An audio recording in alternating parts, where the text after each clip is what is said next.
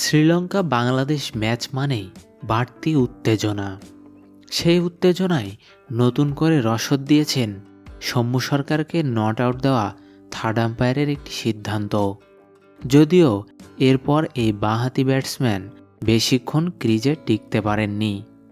Bat হাতে সাম্প্রতিক সময়ে দারুণ সংগ্রাম করছেন নাজমুল হোসেন শান্ত।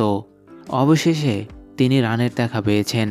তার 50-তে ভর করে 8 উইকেটে লঙ্কানদের হারিয়েছে বাংলাদেশ। বাংলাদেশের বড় জয়ের পথটা তৈরি হয়েছিল বোলারদের নিয়ন্ত্রিত বোলিংয়ের সুবাদে। আগের ম্যাচে 200 ছাড়ানো শ্রীলঙ্কাকে আজ তারা 165 রানেই আটকে দেয়। এরপর টাইগাররা উড়ন্ত সূচনা পায় 2 ওপেনার লিটন ও সৌম্য জুটিতে।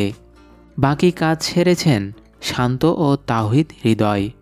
থার্ড আম্পায়ারের বিতর্কিত সিদ্ধান্তে নতুন জীবন পাওয়ার পরেও নিজের ইনিংস বড় করতে পারেননি সৌম্য সরকার। ব্যক্তিগত 14 রানের মাথায় রিভিউ নিয়ে বেঁচে যাওয়ার পর পাথিরানার শিকার হয়েছেন সৌম্য সরকার। সাজঘরে ফেরার আগে 22 বলে করেছেন 26 রান। অল্প সময়ের ব্যবধানে ফেরেন আরেক ওপেনার লিটন দাসও। শেষ ওভারে জয় পেতে বাংলাদেশের তখন দরকার 2 রান। তখন নিজের 50 থেকে 3 রান দূরে ছিলেন নাজমুল হোসেন শান্ত।